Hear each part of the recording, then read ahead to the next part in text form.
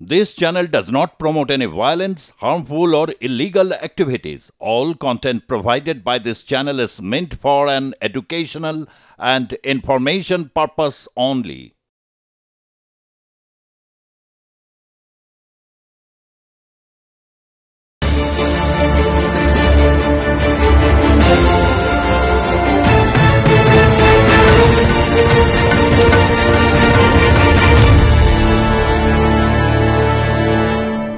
শুরু করছি বাংলা জানতে চায় সঙ্গে লাইভ ঋতব্রত। এই উপমহাদেশের রাজনীতিতে সমস্যা কি জানেন? আমার কথা নয়, বিখ্যাত একজন ইউরোপিয়ান অর্থাৎ ইউরোপের একজন বিখ্যাত রাজনৈতিক, তিনি সাংবাদিক একাধারে, অন্যদিকে অবশ্যই তিনি রাজনৈতিক বিশেষজ্ঞ। তিনি বলছেন এই উপমহাদেশে দু ধরনের মানুষরা সবচেয়ে বেশি রাজনীতি করেন।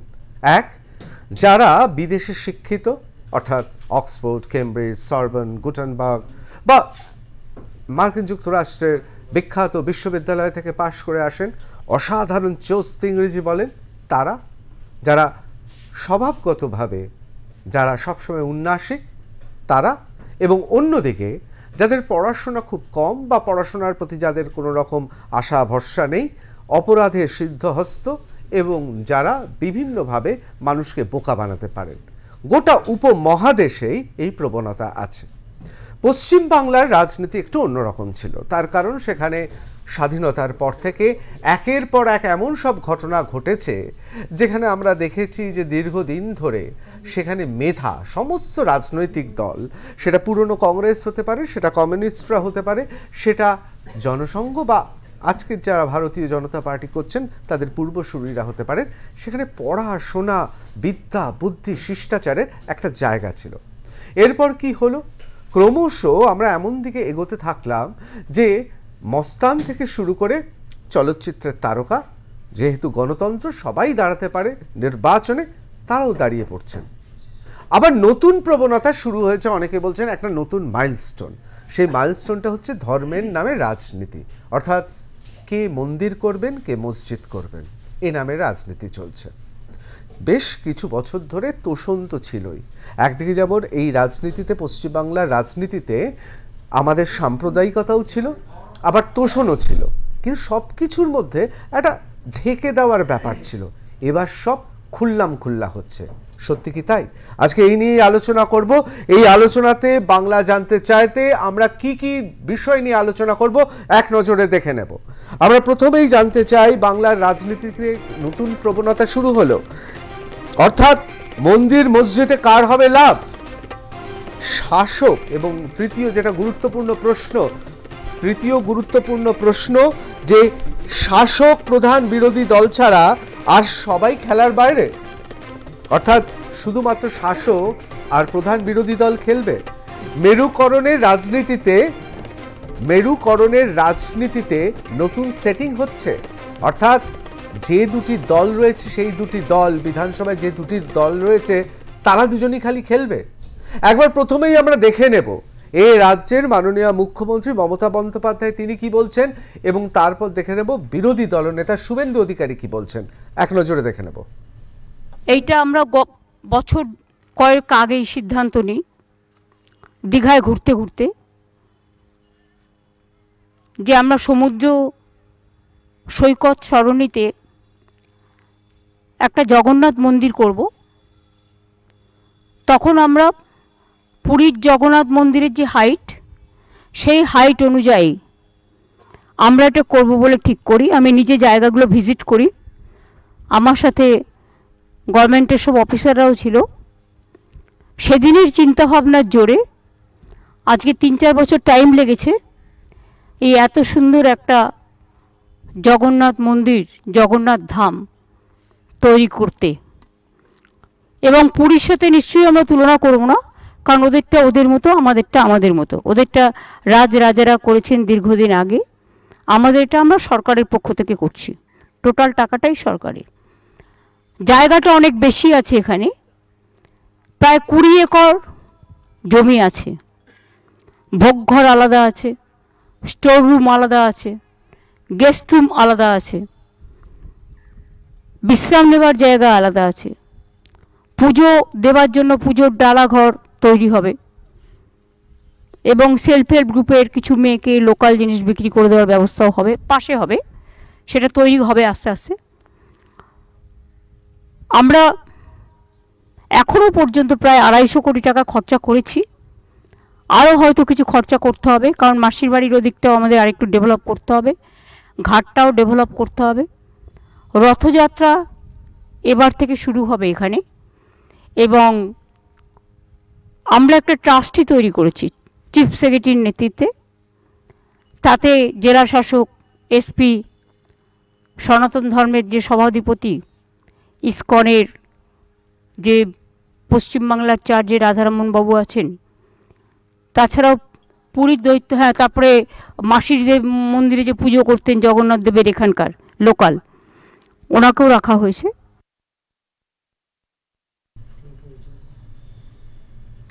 এবার আমরা দেখে নেব এক নজরে প্রধান বিরোধী দল, অর্থাৎ খাতায় কলমে এখনো পর্যন্ত বিধানসভায় প্রধান বিরোধী দল ভারতীয় জনতা পার্টি, তার নেতা কি বলছেন।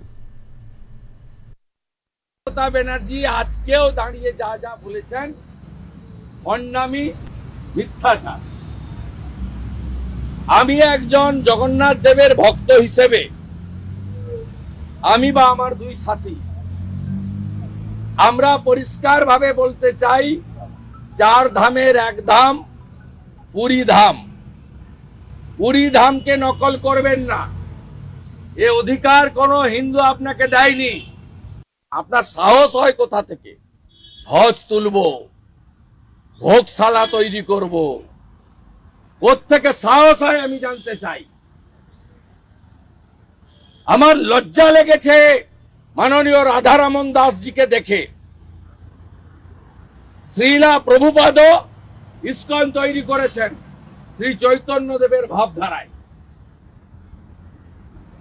শ্রী চৈতন্য দেব পুরী ধামে 3 বারের বেশি গেছেন। তমলুকের মহাপ্রভুর মন্দিরে 10 দিন 15 দিন করে প্রবাস করেছেন। প্রত্যেক বছর আমি মহাপ্রভুর মন্দিরে শ্রী চৈতন্য দেবের শুভাগমন হিসাবে শোভাযাত্রা করি আমরা হিন্দুরা। আপনি পাশে দাঁড়িয়ে আপত্তি করলেন না মাননীয় রাধারমণজি?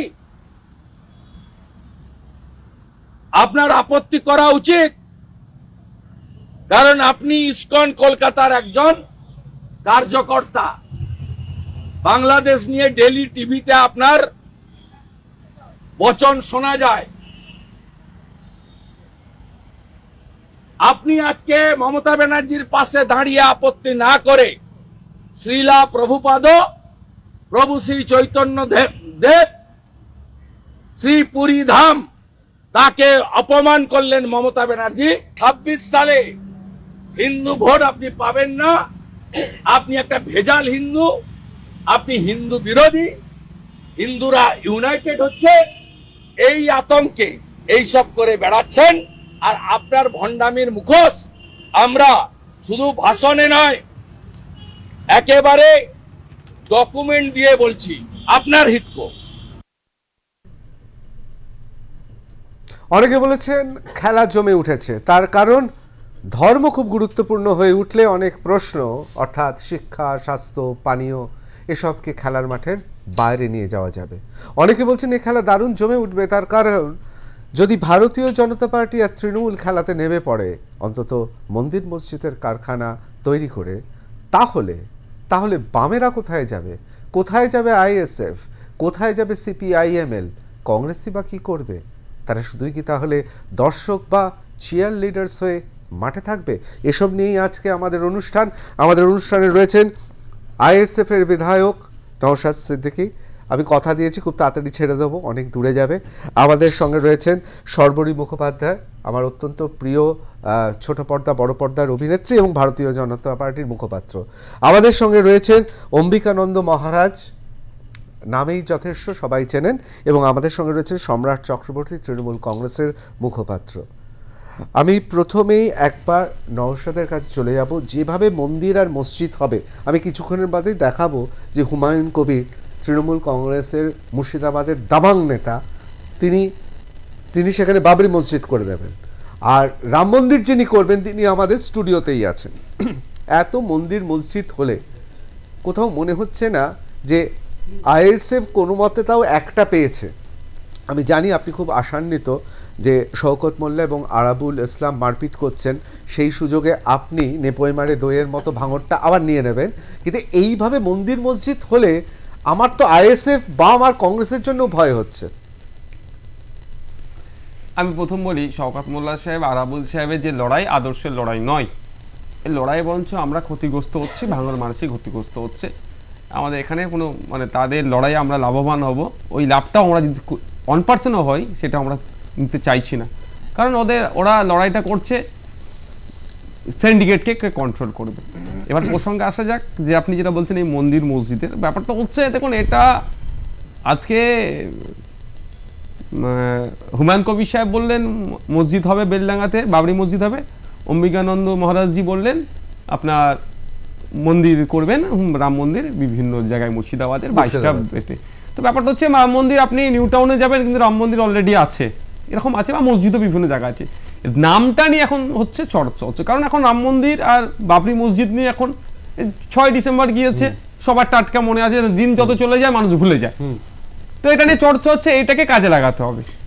তো ব্যাপারটা হচ্ছে আমি দুজনের কাছেই, আমি এখানে কাছেই আছে, যখন আমরা বলবো আশা করছি কেউ আমাদের এটা নিয়ে চর্চা একবার আমরা করছি না যে মুর্শিদাবাদে সব থেকে বেশি পেঁয়াজ উৎপাদিত হয় পশ্চিমবাংলার মধ্যে, কিন্তু ওখানকার যে রাম ঠাকুরের ভক্ত হোক আর যে হযরত মুহাম্মদ সাল্লাল্লাহু আলাইহি ওয়াসাল্লামের ফলোয়ার্স হয়ে আল্লাহর কাছে যিনি সেজদায় নামাজে যান, তারা দুজনেই কিন্তু ফসলের উৎপাদিত ফসলের সঠিক দাম পায় না, বিকজ অফ আমাদের এখানে আছেন সম্রাট বাবুরা আছেন, তাদের সরকার ওখানে একটা মাল্টিপারপাস কোল্ড স্টোরেজ বানিয়ে দেয়নি বলে।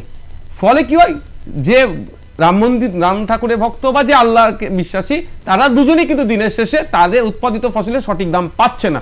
ফলে মধ্যখানে ভুঁইফোড়েরা তাদের অর্থ যেটা পাওয়া দরকার মিনিমাম যে আছে এমএসপি যেটা আছে সেটা সঠিক পাচ্ছে না। ফলে তারা কি হচ্ছে, তাদের ফসলটা কম দামে বিক্রি করে দিতে হচ্ছে। এই যে প্রতিটা বিধানসভায় একটা করে উনি ধার্মিক মানুষ, তার ধর্মচর্চার এগিয়ে নিয়ে যাবেন, পূর্ণ স্বাধীনতার দেশ দিয়েছে। কিন্তু যদি আমি অনুরোধ করবো অম্বিকানন্দ মহারাজজিকে, আপনি রাম মন্দিরের সাথে সাথে এটা আওয়াজ তুলুন।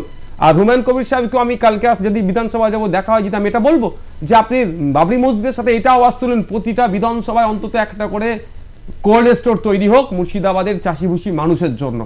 এটা নিয়ে কিন্তু চর্চা ক্রমশ আমরা সরে যাচ্ছি। এটা কারণ আছে, এটার কারণ হচ্ছে দেখুন, যে কেন্দ্র সরকার বলুন কি রাজ্য সরকার বলুন, দুটো ব্যর্থ হচ্ছে। একজনরা দায়িত্ব নিয়েছিল মুসলমানদেরকে বাঁচাবো 2011 সালের আগে, আর একজনরা দায়িত্ব নিয়েছিল হিন্দুদেরকে বাঁচাবো 2014 আগে। দুটো সরকারই কিন্তু ব্যর্থ হয়েছে। অর্থনীতির দিক থেকে দেখুন ক্রমশ আমরা পিছিয়ে যাচ্ছি। অবশ্যই আমি এই প্রসঙ্গে আসছি, কিন্তু অনেকেই বলছেন এই দুটো শক্তি খুব লাভবান হতে চলেছে। তার কারণ একদিকে সেটিংয়ের ফলে নারদা সারদা থেকে বিভিন্ন জায়গায় যেভাবে একেবারে তারা জুড়ি বেঁধেছে, মানে জোট বেঁধেছে, তাতে বোধহয় ভারতীয় জনতা পার্টি যেহেতু এই মুহূর্তে গণ আন্দোলন করতে পারছে না, যেহেতু আরজিকর প্রসঙ্গ থেকে শুরু করে একের পর এক জায়গায় তারা ধাক্কা খেয়েছে, এবং বিধানসভায় 6টি উপনির্বাচনে যেরকমভাবে শোচনীয়ভাবে পরাস্ত হয়েছে দুর্যোধন এবং ভীমের, মানে গদাযুদ্ধেও এরকমভাবে দুর্যোধন ধরাশায়ী হয়নি, সেই জায়গায় দাঁড়িয়ে একমাত্র মন্দির মসজিদ এবং বাংলাদেশ ইস্যু পারে তৃণমূল কংগ্রেসের বিরুদ্ধে ভারতীয় জনতা পার্টিকে এ রাজ্যে দাঁড় করাতে। আমি সেই জন্যই সর্বরোধী জিজ্ঞেস করব, কোথাও কি তাহলে সেটিংয়ের অঙ্গ হিসেবে ভারতীয় জনতা পার্টিকে যাতে দ্বিতীয় শক্তি করা যায়, সেই জন্যে তৃণমূল কংগ্রেস আপনাদের জন্য বাধ্য হচ্ছে রাজনীতির ধারা পরিবর্তন করতে। তার কারণ বিরোধী হিসেবে আপনারা খাতায় কলমে বিধানসভায় তো এখনও বিরোধী, কিন্তু আরজিকর প্রসঙ্গে এবং বিভিন্ন জায়গায় আপনাদের যা ফলাফল, যে আর কতদিন আপনারা মূল বিরোধী থাকবেন, অর্থাৎ এখানকার দ্বিতীয় বৃহত্তম পার্টি থাকবে, এই নিয়ে একটা সংশয় জেগেছে। তাই কোথাও খেলাতে হয় না যে বিপক্ষকে একটা সুযোগ দেওয়া আর কি, যাতে সে দাঁড়াতে পারে। আপনার কি মনে হচ্ছে এই রকম একটা জায়গায় তৃণমূল কংগ্রেস এবং বিজেপি শীর্ষ নেতৃত্ব কোথাও একটা ঐক্যবদ্ধ তাদের সিদ্ধান্ত যে মন্দির মসজিদের খেলাটাই খেলবো, তাহলে বাম কংগ্রেস আইএসএফ শূন্য হাতে বাড়ি ফিরবে?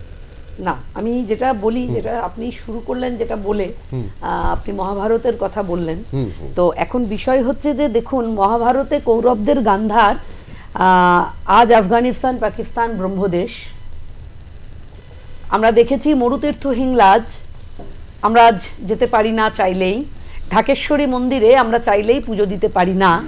আমরা দেখলাম যে 71 থেকে শুরু করে 47 থেকে 71 হয়ে আজকে 2024, পুকুরে মাছ ছিল, গোলায় ধান ছিল, খাটালে গরু ছিল, আত্মীয় স্বজন সবই ছিল, সমস্ত কিছু থাকার পরেও শুধুমাত্র হিন্দু হবার কারণে একটা দেশ থেকে আজকে হিন্দু বাঙালিদের, সংখ্যালঘু হিন্দু বাঙালিদের কি পরিস্থিতি আমরা দেখতে পাচ্ছি। আমরা দেখতে পাচ্ছি কিভাবে সন্ধে নামলেই হিন্দু মহিলারা কাকে, মানে তাদের ঘরের পুরুষ মানুষেরা মেয়েদের, বোনেদের বা স্ত্রীদের কোথায় লুকিয়ে রাখবে সেটা ঠিক করতে পারছে না। অন্ধকার নামার সঙ্গে সঙ্গে একেবারে তাণ্ডব শুরু করছে ইসলামিক মৌলবাদ। এখন আমার কথা হচ্ছে যে এই যে আপনি বললেন এই কথাটা, আমি প্রথমে এটাকে কাটবো। তার কারণ হচ্ছে পশ্চিমবঙ্গকে এই ভারতের সঙ্গে যুক্ত করার জন্যে পশ্চিমবঙ্গের জনক ডক্টর শ্যামাপ্রসাদ মুখার্জি একটা অসম্ভব লড়াই লড়েছিলেন বলেই আজ পশ্চিমবঙ্গে দাঁড়িয়ে মাননীয় মুখ্যমন্ত্রী চুপ করে থাকেন যখন হুমায়ুন কবির বলে যে আমরা যেখানে 70% সেখানে 30%কে কেটে গঙ্গায় ভাসিয়ে দেব। রাজ্যের মুখ্যমন্ত্রী চুপ করে থাকেন, কোনো সাজা দেন না, কোনো কথা বলেন না। আমরা শুনতে পাই যে মিনি পাকিস্তান বলতে পারেন এই আমার রাজ্যের বা আমার কলকাতা শহরের যিনি মেয়র। আমরা দেখতে পাই তৃণমূল ভবন থেকে মাত্র 500 মিটার দূরে গুলশান কলোনি, সেইখানে পৃথিবীর সর্বোচ্চ ঘিঞ্জি এলাকা খেতাব পেয়েছে। মাত্র 2800 ভোটার কাগজে কলমে 2 লাখের উপর লোক। কারা এরা? না, বিষয়টা বুঝতে হবে। বিষয়টা এটাও বুঝতে হবে, আপনাদের সিবিআই মানচিত্রে গ্লোবে আমি অনেক কষ্টে একটা দ্বীপের নাম খুঁজে পেয়েছি, সেখানে চলে গেছে, কিন্তু দক্ষিণ কলকাতায় ঠিকানা খুঁজে পায় না। না, বিষয়টা হচ্ছে দেখুন কেন আজকে আমার পাশে বসে অম্বিকানন্দ মহারাজজি কেন রাম মন্দিরের কথা বলেছেন, কেন বলেছেন? এতদিন তো বলেননি। আজকে কেন সনাতনী মানুষদেরকে বলতে হচ্ছে মন্দির করার জন্য? তার কারণ আমরা দেখলাম তাকিয়ে যে এই হুমায়ুন কবির যিনি বলতে পারেন যে যেখানে আমরা 70% সেখানে 30%কে কেটে ভাসিয়ে দেব, এটা বলতে পারে। কি ব্যবস্থা নিলেন মাননীয় মুখ্যমন্ত্রী তার জন্য? আপনারা তো আইনত ব্যবস্থা নিতে পারতেন। এবং তারপরের দেখুন আইনি ব্যবস্থাটা আইন মাফিক না। সর্বোপরি আইনি ব্যবস্থার কথা আলোচনা হচ্ছে না, আলোচনা হচ্ছে কেন মন্দির মসজিদ। সর্বোপরি আরজি করের নিহত, নির্যাতিতা, ধর্ষিতা তার বাবা মাকে অ্যাপয়েন্টমেন্ট দিলেন না স্বরাষ্ট্রমন্ত্রী। মেনে নিলাম যে তিনি এই বিষয়ে নাক গলাবেন না, কিন্তু এই বিষয় তো নাক গলাতে পারতেন। আমি আবার আপনাকে বলছি শুনুন যে এই যে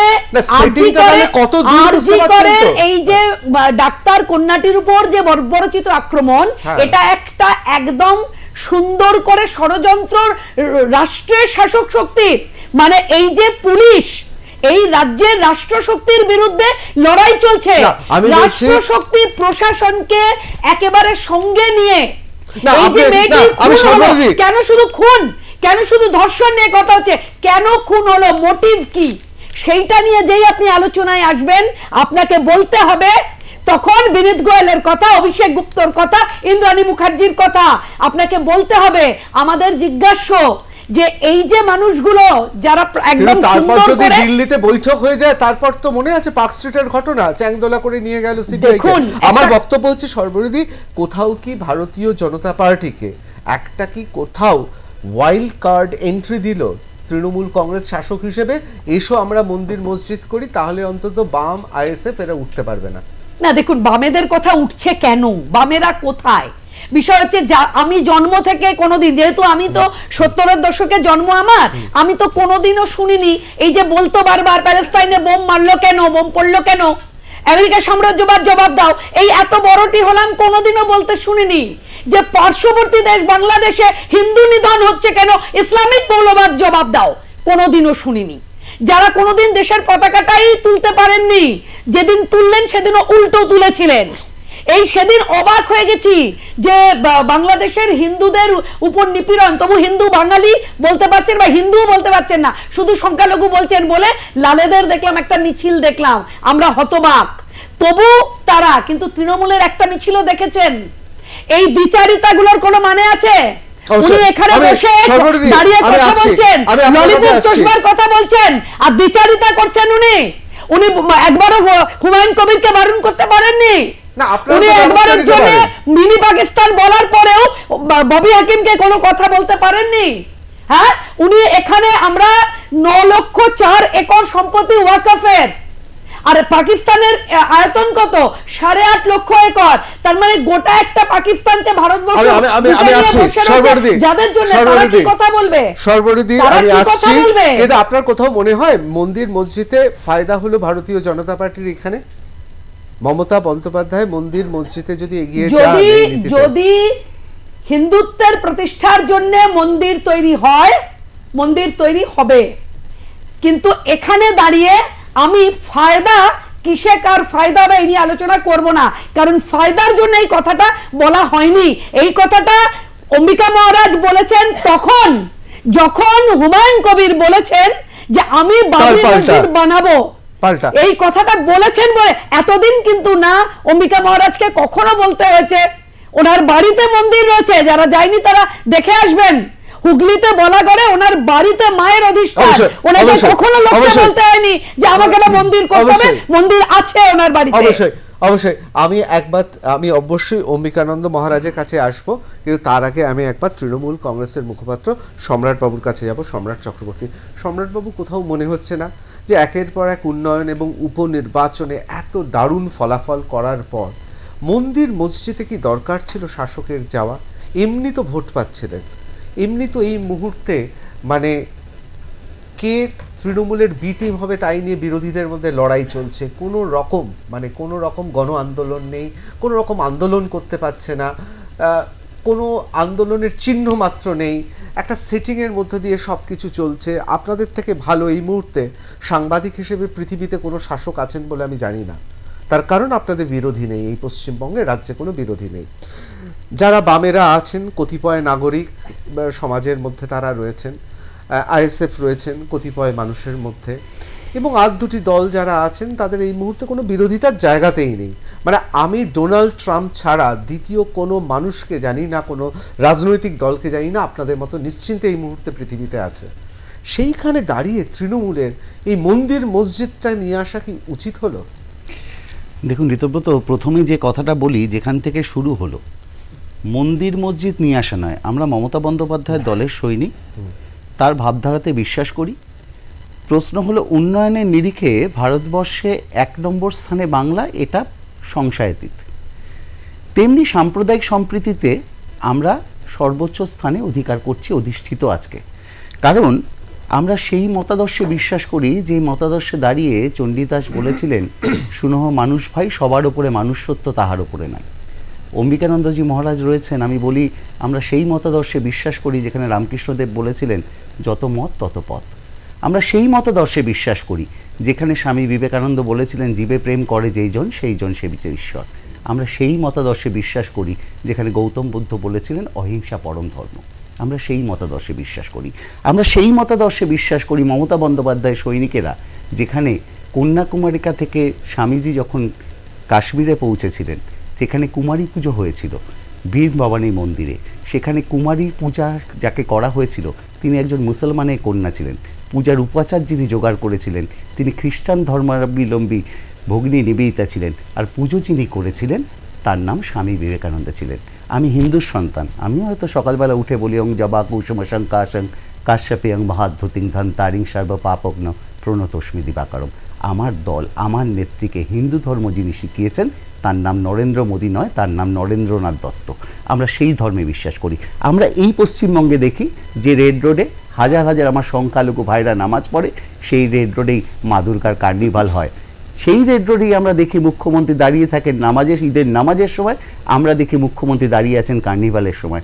সামনে বড়দিন আসছে, চার্চে গেলে দেখা পাবেন মুখ্যমন্ত্রী, গুরুদ্বারা গিয়ে দেখতে গেলে আপনারা দেখতে পাবেন মুখ্যমন্ত্রী রয়েছে। সর্বধর্মকে, বৌদ্ধ ধর্ম থেকে শুরু করে সমস্ত ধর্মের একটা মেলবন্ধন এই বাংলার মাটিতে উন্নয়নের নিরিখে এগিয়ে রয়েছে।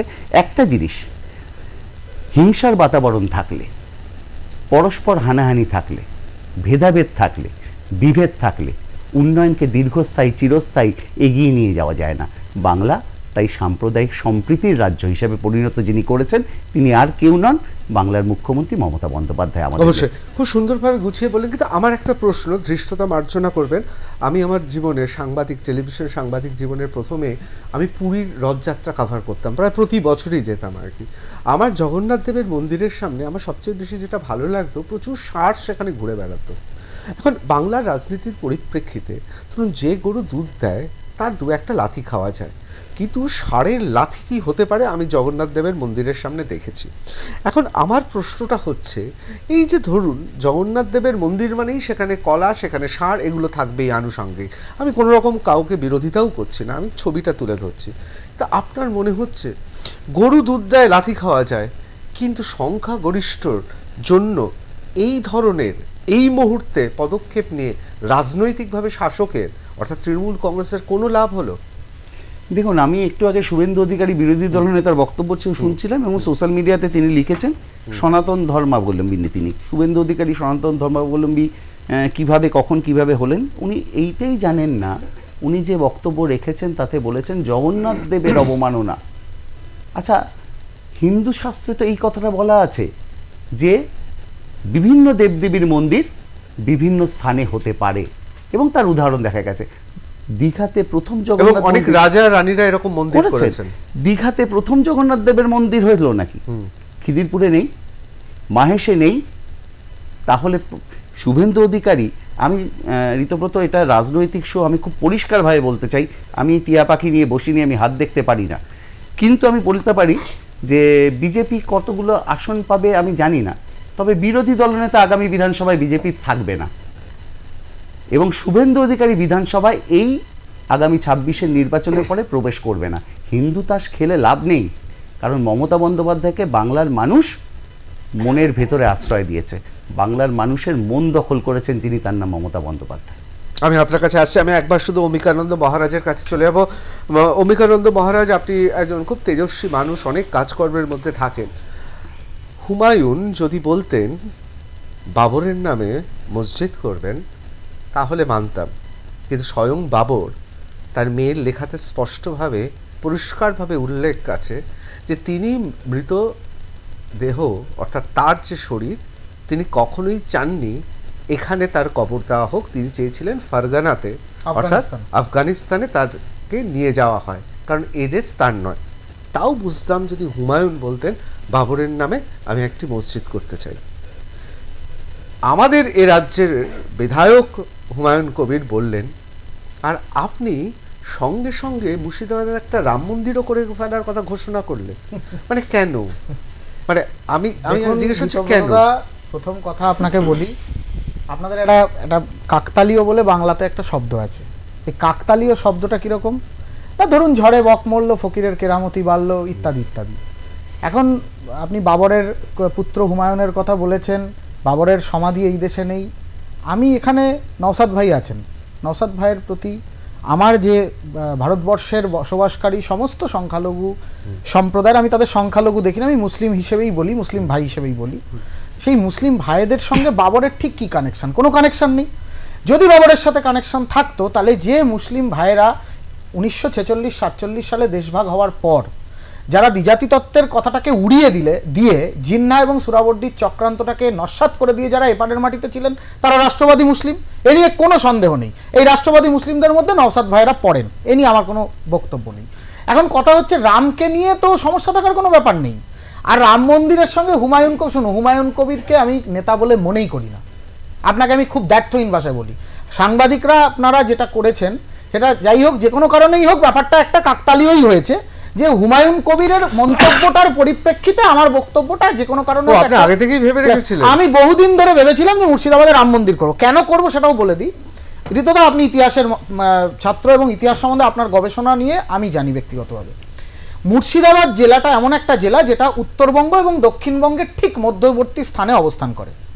মুর্শিদাবাদকে মুর্শিদ কুলি খায়ের নাম দিয়ে চেনার থেকে বাঙালির কথা বলছি, হিন্দু মুসলমান নির্বিশেষে বাঙালির অনেক বেশি করে চেনা উচিত মহারাজা শশাঙ্কের নাম দিয়ে, মহারানী ভবসুন্দরীর নাম দিয়ে, মহারানী ভবানীর নাম দিয়ে। মহারাজা শশাঙ্ক যদি সেদিনকে অখণ্ড বঙ্গ সাম্রাজ্য তৈরি না করতেন, আজকে আমরা বঙ্গাব্দ পেতাম না, আর আমরা নিজেদের বাঙালি বলে এত বাঙালি বাঙালি চিৎকার করতে পারতাম না, বা অমুক বাঙালি তমুক বহিরাগত এসব তত্ত্ব খাড়া করতে পারতাম না। শশাঙ্কের রাজধানী কর্ণসুবর্ণ যে মুর্শিদাবাদে, সেখানে যদি ভারতবর্ষের প্রথম রাজ চক্রবর্তী সম্রাট, যদি আপনি তাকে কোনো দেবতা হিসেবে নাও মানেন, ঐতিহাসিক কিংবদন্তি একজন পুরুষ হিসেবে মানেন, যিনি আসমুদ্র হিমাচলকে এক সুতোয় গেঁথেছিলেন, সেই রামচন্দ্রের মন্দির হয়, তাতে আপত্তি কোথায়? প্রথম থেকেই আমাদের একটা প্ল্যানিং ছিল যে আমরা রাম মন্দির তৈরি করব। অযোধ্যার বিকল্প তৈরি করতে পারবো কি পারবো না জানি না, কারণ আমি মুখ্যমন্ত্রীর মতো অতটা উচ্চ স্তরের মানুষ নই যে আমি বলবো যে আমি পুরীর বিকল্প জগন্নাথ মন্দির তৈরি করব, সেটা সম্ভব নয়। কারণ পুরীতে ভগবান জগন্নাথ দেবের যে ব্রহ্মবস্তু আছে, সেটা উনি হাজার তপস্যা করলেও দীঘাতে করতে পারবেন না। আমি ওনার মন্দিরকে ছোট করছি না, জগন্নাথ দেব সর্বত্র বিরাজমান, যাহা যাহা নেত্র করে তাহা তারা কৃষ্ণস্ফুরে। আমরা জানুয়ারি মাস থেকে আমরা প্রথমে যেটা করছি সেটা হচ্ছে একটা ট্রাস্ট ফরমেশন হচ্ছে, বঙ্গীয় রাম মন্দির নির্মাণ পরিষদ ট্রাস্ট। এর মধ্যে একটা বঙ্গীয় শব্দ আছে, এবং আমি এখানে আমার আশপাশে যে তিনজন রয়েছেন, মানে আমাদের বিধানসভার বিধায়ক নওশাদ সিদ্দিকী রয়েছেন, আমার পাশে সর্বরিমা রয়েছেন, আমার পাশে তৃণমূল কংগ্রেসের মুখপাত্র সম্রাটবাবু রয়েছেন, আমি প্রত্যেককে বলছি আপনারা এদেশের নাগরিক হিসেবে এই মন্দির তৈরির কাজে আমাকে সহযোগিতা করুন। কেন করবেন? আমি শেষ করি 10 সেকেন্ডে। নওশাদ ভাই বলছিলেন যে দেশে শিক্ষা নেই, যে দেশে সম্প্রীতির বাতাবরণ আছে, যে দেশে উন্নয়ন নেই, যে দেশে মানুষ খেতে পায় না, সেই দেশে রাম মন্দির। আমি আপনাকে বলছি নওশাদ ভাই, আমার এই বক্তব্যের মধ্যে দিয়ে একদম দ্ব্যর্থহীন ভাষায়, দেখুন এ পর্যন্ত সমগ্র মুর্শিদাবাদে 27টি জমি আমরা পেয়েছি মোটামুটি আনুমানিক। এই 27টি জমিতে রাম মন্দির করা হবে না, সম্ভব নয়। এই 27টি জমির মধ্যে আমরা রাম মন্দির করার পর উদ্বৃত্ত যে জমি থাকবে, সেই জমিতে কিন্তু বিদ্যালয় থেকে শুরু করে উচ্চ বিদ্যালয় থেকে শুরু করে টেকনিক্যাল কলেজ পর্যন্ত খোলার সিদ্ধান্ত নিয়েছি আমাদের কোর কমিটির পক্ষ থেকে। অতএব এবং নিরন্ন আর্ত মানুষের যে সমস্ত ছাত্রছাত্রীরা অর্থের অভাবে পড়াশোনা করতে পারেন না, তাদের জন্য ফ্রি অফ কস্টে বিদ্যায়তন থেকে শুরু করে অনাথ আশ্রম সমস্ত প্রজেক্ট হয়েছে, একটা বড় কর্মযোগ্য হবে ঋতুদা। এটার মধ্যে কোনো রাজনৈতিক দলাদলি নেই। আর হুমায়ুন কবির কি বললো না বললো, তার নিজের দলে সে পাত্তা পায় না, দলনেত্রীর কাছে বিধানসভায় কথায় কথায় থাপ্পড় খান, বকা খান, কখন উনি কাকে উপমুখ্যমন্ত্রী বানাচ্ছেন, কখন উনি নিজে আলাদা দল করবেন, এইসব নেতাকে নিয়ে আমি 2 মিনিটের জন্য আমি আসছি। আমি একবার নওশাদের কাছে যাব।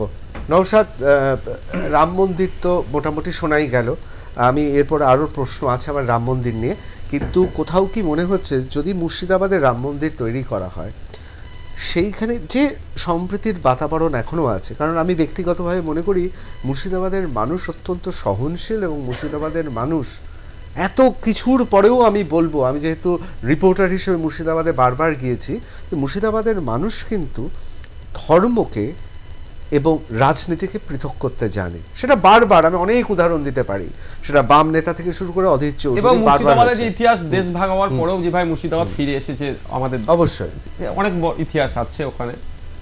তা আমার বক্তব্য, একটা রাম মন্দির হচ্ছে, আবার ওইদিকে বাবরি মসজিদ হচ্ছে, তা লোকের তো একটা ইচ্ছে থাকে। নওশাদ সিদ্দিকী, দেখুন আমি মনে করি এই কোশ্চেনটা যখন রেজ করছেন দারুণ, আমি মনে করি যে যত বড় ধার্মিক হবে সে তত বড় সেকুলার হবে, যদি সত্যিকার ধর্মটা মেনে চলে। স্বামীজির দেখানো হিন্দুত্বের পথে যদি মানুষ এগিয়ে যায়, সে কোনোদিন অন্য ধর্মের মানুষকে অবজ্ঞা করতে পারবে না। ঠিক হযরত মুহাম্মদ সাল্লাল্লাহু আলাইহি ওয়াসাল্লামের দেখানো মুসলমান হয়ে যদি কেউ যায়, অন্য ধর্মের মানুষকে অবজ্ঞা করতে পারবে না। এখানে রাম মন্দির অর্থাৎ পুরুষোত্তম রাম ঠাকুরের চর্চা হচ্ছে। পুরুষোত্তম রাম ঠাকুর সে তার প্রজাদের জন্য তিনি কি করলেন, সংসার থেকে তিনি সংসার করলেন না। তাহলে আমাদের ভাবতে হবে তার চিন্তা ভাবনা কি লেভেলের ছিল। আর আজকে দেখুন আজকে রাম ঠাকুরের নাম দিয়ে মানুষের উপর অত্যাচার হচ্ছে, সেটা কি তিনি কোনোদিন বলতে চাই যে আমার বক্তব্য এটাই যে 22টা বা 27টা জায়গার কথা বললেন, সত্যি ভালো লাগলো যে আনুষঙ্গিক বিষয়টাও নিয়ে চর্চা উনি করলেন। আমার ওখানেই একদম কাউকে আমি ধর্মচারণে আমরা বাধা দিতে পারি না। ইভেন যারা ধর্মচারণ করেন আমাদের দেশে, আমাদের মহান সংবিধান আমাদেরকে 2 বছর 11 মাস 18 দিনের অক্লান্ত পরিশ্রমে বাবা সাহেব আম্বেদকরের নেতৃত্বে যে সংবিধান তৈরি হয়েছে, পরে অ্যামেন্ডমেন্ট হয়েছে, সেখানে কিন্তু যে ধর্মচারণ করে তারও যেমন পূর্ণ স্বাধীনতা হয়েছে, যারা তথাকথিত ধর্মে মানে যারা তথাকথিত নিজেদেরকে যারা নাস্তিক বলে তারাও কিন্তু মাথা তুলে থাকতে পারে। ধর্মচারণের ক্ষেত্রে আমি কোনো জায়গায় বলতে পারি না যে ওটাকে স্টপ করা হোক, কিন্তু আমার যেটা বার্তা দেওয়া ছিল সেটা উনিও বলেছেন, মহারাজজি বলেছেন যে আমাদেরকেও ধর্মচারণের সাথে সাথে আনুষঙ্গিক বিষয়গুলোকেও ম্যান্ডেটরি করতে হবে, না হলে আজকে দেখুন না, আজকে আমাদের পশ্চিমবাংলার কথা যদি বলি, সাথে দেশের কথা বলি, লাস্ট 8 মাসে স্কুল ড্রপ আউট দেখুন 11 লক্ষ, প্রায় 12 লক্ষ। কাদের বাড়ি? যদি আমি সংখ্যার অনুপাতে দেখি, আমি যেটা বললেন সত্যি, আমি যদি আমার অম্বিকানন্দ মহারাজজির মতো যদি সবাই আমরা ভাবি, সত্যি আমাদের জন্য খুব পজিটিভ যে আমরা সংখ্যালঘু সংখ্যাগুরু নিয়ে আমরা ভারতীয়, এটা ভাবনা অবশ্যই সবার মধ্যে আসা দরকার। যদি ভাবি তারপরে যদি সংখ্যার বেসিসে ভাবি, তাহলে 12 থেকে 14% ভারতবর্ষে টোটাল সংখ্যালঘু সমাজের মুসলিমরা আছে। তাহলে 10 লক্ষ যদি ড্রপ আউট হয় তার মধ্যে, তাহলে 1,40,000, 1,20,000 থেকে 1,40,000 মুসলিম সমাজের হতে পারে। তাহলে বাকি কিন্তু কেউ সনাতন বলছেন, কেউ হিন্দু বলছেন, কেউ স্বামীজিতে, কেউ বিভিন্ন মানে হিন্দু সমাজের মানুষ ম্যাক্সিমামটা হচ্ছে, তাহলে তারাও ক্ষতিগ্রস্ত হচ্ছে। আমার বার্তাটা এখানে এটাই যে আমাদের অপুষ্টিতে ভোগা শিশুর সংখ্যা বেড়ে যাচ্ছে, সেটা আমাদেরকেও কিন্তু কমানোর জন্য আমাদেরকে উদ্যোগ নিতে হবে। দেশ আমাদের, দেশ আমি 10 থেকে 15 সেকেন্ড নেব, দেশ আমাদের, দেশকে আমাদেরকে এগিয়ে নিয়ে যেতে হবে। আমরা যেমন চিৎকার করি ফান্ডামেন্টাল রাইটস বলে, শিক্ষা, স্বাস্থ্য, কর্মসংস্থান, হ্যান ত্যান, কিন্তু ফান্ডামেন্টাল ডিউটিসটা আমরা পালন করতে ভুলে যাচ্ছি 51 এ, যেটা 1976 42তম সংশোধনীতে এসেছে। ঠিক একইভাবে যদি আমাদের মেন্টালিটি, চিন্তা ভাবনাকে আমাদেরকে আরো এগিয়ে, আরো বৃহত্তর ভাবে আউট অফ বক্স ভাবতে হবে, যে আমাদের সমগ্র মানুষকে নিয়ে না এগিয়ে গেলে দেশ জাতি এগিয়ে যেতে পারে। অবশ্যই আমি একেবারে খুব দ্রুত চলে যাব, সময় কম, সবার কাছে আমি যাব। আমি নওশাদকে দিয়ে শুরু করব, দ্রুত আমি প্রশ্ন এবং দ্রুত উত্তর। ব্যাপারটা হচ্ছে আউট অফ বক্স, দারুণ কথা, কিন্তু এই আউট অফ বক্স ভাবতে গিয়ে, প্যালেস্তাইনের জন্য গলা ফিটিয়ে চিৎকার করতে গিয়ে বামেদের কি অবস্থা হয়েছে দেখতে পাচ্ছেন। এই জায়গায় দাঁড়িয়ে যখন মন্দির আর মসজিদ, দেখুন ধর্মটা তো বাজারে সবচেয়ে বেশি, মানে এটা খুব দুঃখের বিষয়, ধর্ম হওয়া উচিত ছিল দর্শন, ধর্ম হওয়া উচিত ছিল জীবনশৈলী, কিন্তু ধর্মই হয়ে গেছে সবচেয়ে বেশি ব্যবসার কারণ, বিভিন্নভাবেই আমি বলছি। সেক্ষেত্রে দাঁড়িয়ে মনে হচ্ছে না যে এত সেকুলার বললে সংখ্যালঘু, মানে আমি পশ্চিমবঙ্গ বিধানসভায় আমি মোস্ট এলিজিবল ব্যাচেলার যাদের ভাবি, তার মধ্যে শীর্ষে তার নাম হচ্ছে সুদর্শন এবং সুকণ্ঠের অধিকারী নওশাদ সিদ্দিকী। এত যদি সেকুলার বলা যায়, তাহলে উপনির্বাচনে কি ফলাফল হয় সেটা তো দেখা গেল। মনে হচ্ছে না এইবার কোথাও সংখ্যালঘুদের জন্য এই মুহূর্তে মুখ তোলা উচিত, কথা বলা উচিত, চেঁচানো উচিত? দেখুন, আপনি পার্টিকুলার পশ্চিমবাংলাতে যদি আমি বলি, কে শান্তিতে আছে? অম্বিকানন্দ মহারাজজি শান্তিতে আছে না নওশাদ সিদ্দিকী শান্তিতে? আপনি যদি আমাকে বলেন, আমি আপনাকে বলছি সম্রাট বাবু শান্তিতে নেই, সম্রাট বাবু শান্তিতে নেই, কারণ সম্রাট বাবু নাই, সম্রাট বাবু জানছেন যে তার পরবর্তী ইনার পোস্টটা কে নেবে, এখন ধাক্কাধাক্কি চলছে, কেউ আমরা শান্তিতে নাই। আমাদের লক্ষ্য যে প্রত্যেকে শান্তিতে থাকে। আমি যদি সংখ্যালঘুর কথা বলি, সংখ্যালঘু একটা ভালো সেফ নিল, একটা কমপ্লিট পার্সন যদি হয়, বাংলাটাকে ধরি, একটা হাত যদি সংখ্যালঘু হয় তো অপর হাতটা সংখ্যাগুরু হতে পারে। শুধু সংখ্যালঘুকে আপনি ভালো করলেন, সংখ্যাগুরুদেরকে আপনি অবজ্ঞা করলেন, তাহলে সে বিশেষভাবে সক্ষম বলা হবে না। আমাদের একদম লক্ষ্য ওটাই যে আমরা চাকরি, শিক্ষা, কর্মসংস্থান, স্বাস্থ্য ব্যবস্থা সব মৌলিক অধিকারগুলো মানুষ যাতে পায়, তার জন্য চিৎকার করব। আউট অফ বক্সে চলে যাবেন না তো? আউট অফ বক্সই তো, মানে বাইরে চলে যাবেন। এইটাই আমাদের চিন্তা ভাবনা, এটাই চিন্তা ভাবনা। এটার জন্য যদি আপনি বলেন আপনার ভোট কমতে, ভোট আমার কমতে পারে, আমি সিট আমি হারাতে পারি, কিন্তু আমার লক্ষ্য মানুষের কাছে আমি পৌঁছাতে আজকে না সাকসেস হলো, আগামী দিনে সাকসেস হব, তখন মানুষ বুঝতে পারবে না, লং টার্ম, দীর্ঘ, একদম মানুষ বুঝতে পারবে দিনের শেষে যে আমার ডলারটা, টাকাটার মানটা কত আসলো। পশ্চিমবাংলার জিডিপি বা দেশের জিডিপি বাড়ছে কি কমছে, এটা নিয়ে মানুষকে চর্চা করতে হবে। যখনই আপনি চর্চা করতে যাচ্ছেন, তখনই হুমায়ুন কবির সাহেবকে দিয়ে বা হুমায়ুন কবির সাহেব বলে দিচ্ছেন বাবরি মসজিদ, যখনই আপনি চর্চা করতে যাচ্ছেন অম্বিকা মহারাজজি বলে দিচ্ছেন বাবরি মন্দির, এই সরি রাম মন্দির। আমি একবার দ্রুত চলে যাব। কোথাও মনে হচ্ছে যে মরা গাঙে ভরা জোয়ার নিয়ে আসার জন্য শাসক যে তাসটা বাড়িয়ে দিয়েছে, আর বাংলাদেশে কুর্নিশ করুন, সালাম করুন সেই সব জঙ্গিদের, মরা গাঙে জোয়ার এনে দিয়েছে। এই মুহূর্তে মুখ থুবড়ে পড়া বিরোধীরা কোথাও ভারতীয় জনতা পার্টি এই বঙ্গে আবার দাঁড়াতে পারবে? মানে আমি বলছি আর্যিকর পরবর্তী পরিস্থিতিতে। না, বিষয়টা হচ্ছে যে আমি শুধু আমার পাশে যেহেতু মানে নওশাদ ভাই বসে রয়েছে, এবং তিনি যেহেতু বারবার যে সময়টা বা যে স্বপ্নের কথা বললেন, যে স্বপ্নের উনি একটা নৌকো শুরু করে দিলেন চালাতে, তা সেই নৌকোটাতে সেই স্বপ্নের ফেরিওয়ালারা তাদেরকে কেন দেখতে পেলাম না যে তারা যেমন সুরক্ষিত আমার দেশে, তেমনি পার্শ্ববর্তী দেশে যখন হিন্দু নিধন চলছে, আজও চলছে, তখন তারা কেন রাস্তায় নেই? অবশ্যই কেন রাস্তায় নেই? বাংলাদেশ হাই কমিশনের বক্স, ওই যে আউট অফ বক্স, আমি জানতে চাই যে কেন তারা রাস্তায় নেই? তারা যেমন পেঁয়াজের কথা বলছেন, তারা যেমন শিক্ষা স্বাস্থ্যের কথা বলছেন, তেমনি তারা নিরাপত্তার কথাও তো বলবেন। তো আজকে তো পার্শ্ববর্তী দেশটার হিন্দু মানুষের উপর, মহিলাদের উপর, শিশুদের উপর বর্বরচিত এবারে ভারতীয় জনতা পার্টি বা সনাতনী সমাজ ছাড়া আর কে কোথায় কথা বলছে? আমি কেন দেখতে পাচ্ছি না নওশাদ ভাইকে একটা বড় করে মিছিল করতে?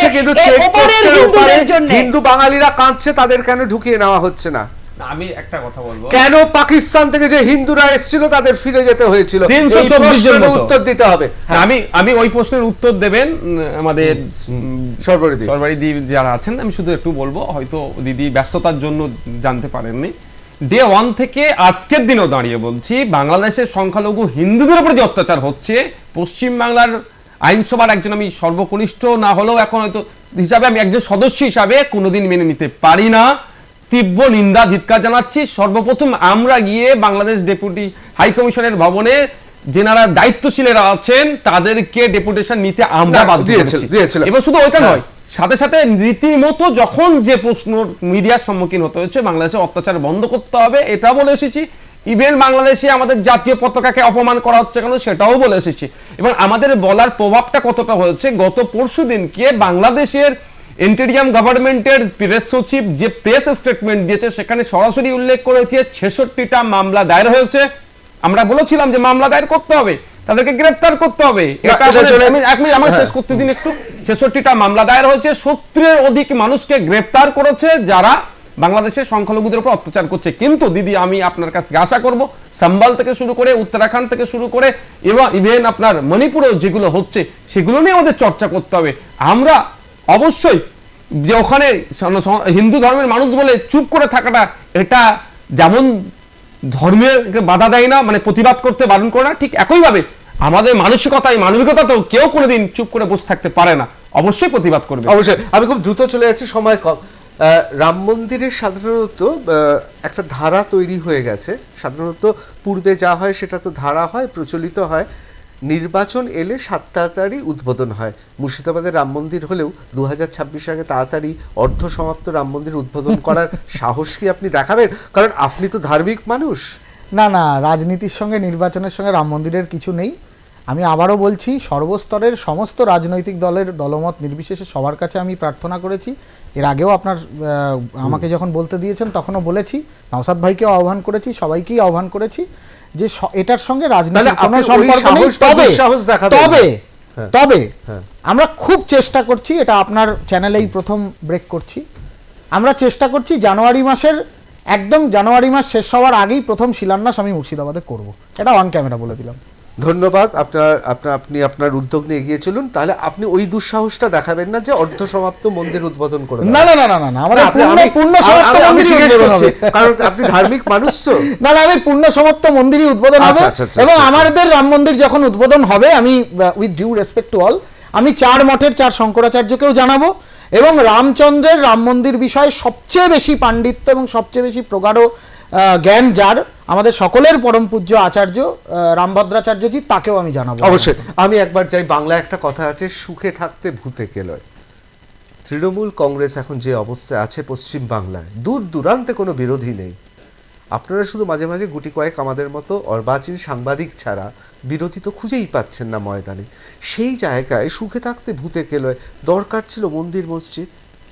না, সেটা প্রশ্ন নয়। মন্দির মসজিদ ভারতবর্ষের রাজনীতির প্রেক্ষিতে মন্দির মসজিদ এই তাস দেশের প্রধানমন্ত্রী খেলেছেন, সেটা প্রশ্ন নয়। প্রশ্ন হচ্ছে অম্বিকানন্দজি রাম মন্দির করবেন, রাম আমাদেরও দেবতা। একদম তাই, রাম আমাদেরও দেবতা। সেই আমি সেটা বলছি না, রাম আমাদেরও দেবতা, আমাদের কোনো আপত্তি নেই। কিন্তু আমি জানতে চাইছি, আমাদের দেশের প্রধানমন্ত্রী 2014 সালে ক্ষমতায় আসার আগে বলেছিলেন না খাউঙ্গা না খানে দুঙ্গা। তা আমরা ভেবেছিলাম, অনেক কিছু ভেবেছিলাম, পরে দেখা গেল যে উনি এখানে বসে না খাওয়ার কথা বলেছেন, পার্সেল করে বাইরে নিয়ে গিয়ে খাওয়া যায়, সেটা উনি পরিষ্কার করে দিয়েছেন। কিন্তু আমরা পরবর্তী ক্ষেত্রে রাম মন্দিরের সময় একটা নতুন কথা শুনলাম অস্ফুট শব্দে, যেটা না রাখুঙ্গা না রাখনে দুঙ্গা, মানে আমার সাথে আমার স্ত্রী যশোদাবেন থাকবে না, রাম মন্দিরে রামের পাশে সীতা দেবী থাকবেন না। আমি অম্বিকানন্দজি মহারাজের কাছে জিজ্ঞাসা করছি, আপনার রাম মন্দিরে কি সীতা দেবীর স্থান পাবেন? আমার রাম মন্দিরে একটু কাটলাম সম্রাট ডাকে, রাম মন্দিরে যে রয়েছে ভব্য মন্দিরে রাম লালা, মানে রামের শৈশব, তখন তো মা সীতা ছিলেন না।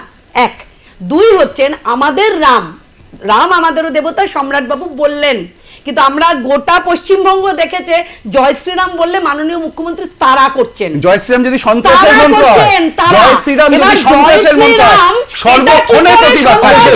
জয় শ্রীরাম সন্ত্রাসের মন্ত্র, এই বাংলায় জয় শ্রীরাম সন্ত্রাসের মন্ত্র। জয় শ্রীরামটা ছিল বিজেপির, এখন হিন্দু ভোট চাই, তাই রাম আমাদের দেবতা, এটা আমরা কোনোদিনও অস্বীকার করি, অবশ্যই কোনোদিনও অস্বীকার করি। আমি একেবারে জয় শ্রীরাম সন্ত্রাসের মন্ত্র লাগে এই ভারতবর্ষে, এই ভারতবর্ষে জয় শ্রীরাম সন্ত্রাসের মন্ত্র একেবারে শেষ। নতুন খেলা, নতুন প্রবণতা শুরু হলো দক্ষিণ ভারত। হ্যাঁ, আমাকে বলতে দেন না না, কি বলতে দিন, বলুন। হ্যাঁ, সময় একেবারে শেষ। আমার বক্তব্য খুব পরিষ্কার।